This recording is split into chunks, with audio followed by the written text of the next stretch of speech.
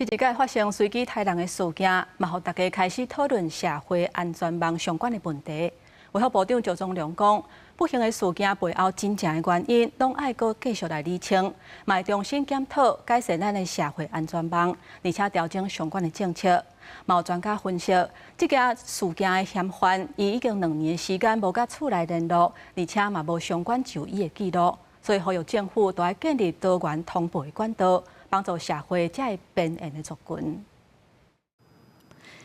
为要加强社会安全防护网，行政院18日宣布，为明年115年起5年来会投资大约819亿，将新手父母、独居老人、近病人口等纳入前端初级服务对象。想要到过当天，台北济温度发生随机攻击事件，有专家表示，嫌犯刘文最近2年无就医记录，也无甲家庭联络，有孤狼人格特质。政府需要建立多元通报网络，才会当接住这群社会边缘族群。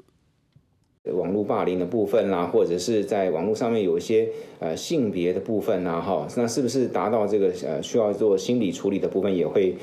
特别的加强。回顾台湾最近几年发生几啊件随机杀人案件，你看14年第一案是台湾头一件济云随机杀人案，过当年陆续发生北投女童挂后案、内王女童挂后案，今年台中济云案情，特别选伫第一案10周年迄日，随机扑上乘客顶立伫台北济云犯案的刘文，根据警方调查发现，真可能是学地制作案，才会伫北车随机杀人。时代力量党主席也是女童挂后案母亲王婉如是伫面前发文，呼吁政府爱找出凶手犯案的动机。